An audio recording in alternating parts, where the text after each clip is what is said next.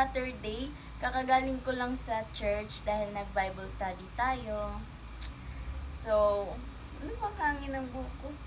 So,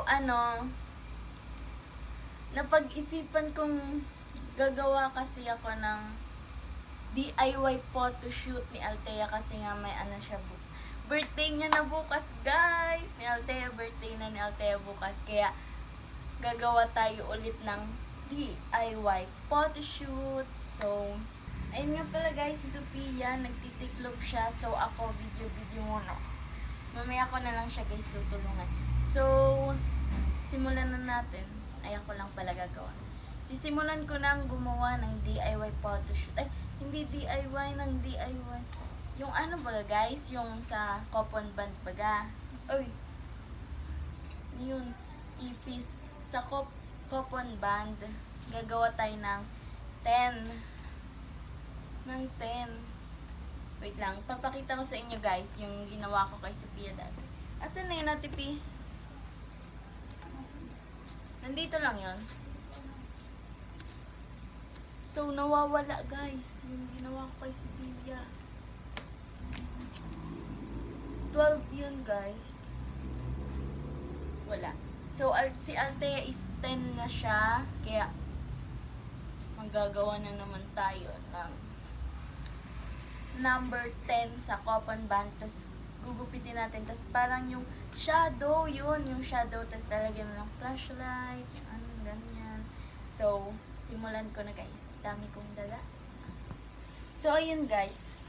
Kumuha na ako ng materials. Meron tayo ditong long band paper. Itong, anong tawag dito? Basta tape. Tape. May cutter tayo. And syempre may lapis tayo para sa paggawa natin ng number. Okay. Gagawin na natin guys. Huwag na tayong magpaano pa.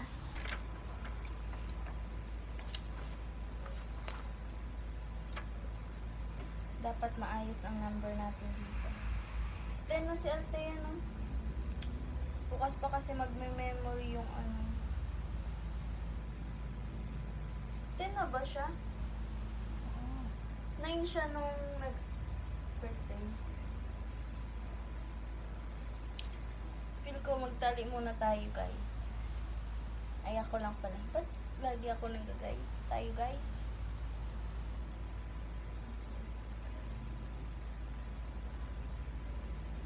So, gawin na natin. Gawin na natin. Habang si P is busy magtiklop. Siya lang naiwan dito kanina, guys. Share ko lang. Tama ba? Ang 1 is pag ganon, pag ganyan. Dapat pantay tayo. Baliko kasi yung pagsulat ko, guys. Baliko.